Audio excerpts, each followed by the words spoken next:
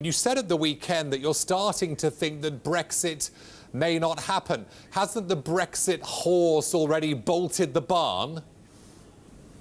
Well, I thought it had, but I think it's becoming increasingly apparent, and the more we hear ministers in Parliament, what the nature of the problem is. That the issues are quite extraordinarily complex. They've been massively underestimated. You take a problem like the Euratom debate, which has suddenly erupted and nobody had thought about. You multiply Euratom by 1,000 and you've got some idea of what's coming down the track. This is technically very difficult. The government are not prepared. They're not united. The two major parties are divided on the subject. The economic pain is beginning to feed through. You've seen the car industry figures last week.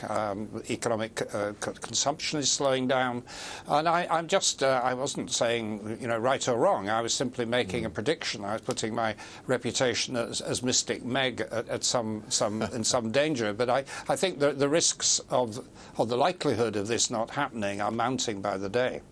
This isn't sour grapes from a party whose main election plank, manifesto, pledge was to hold a second referendum. Clearly, the public, the electorate, didn't embrace that, did they, during the election?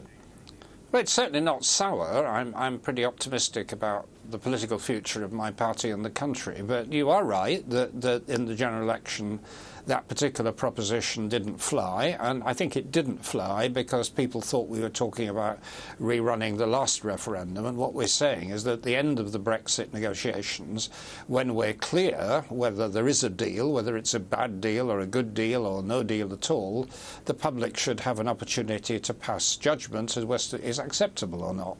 And I think that proposition stands the test of time. Could Brexit talks collapse then? I suspect that is a plausible scenario. Now, the point at which they collapse, I don't know. I suspect we're probably a year down the track before something catastrophic occurs. But unless the British government gets its act together, then this show is just going to be farcical.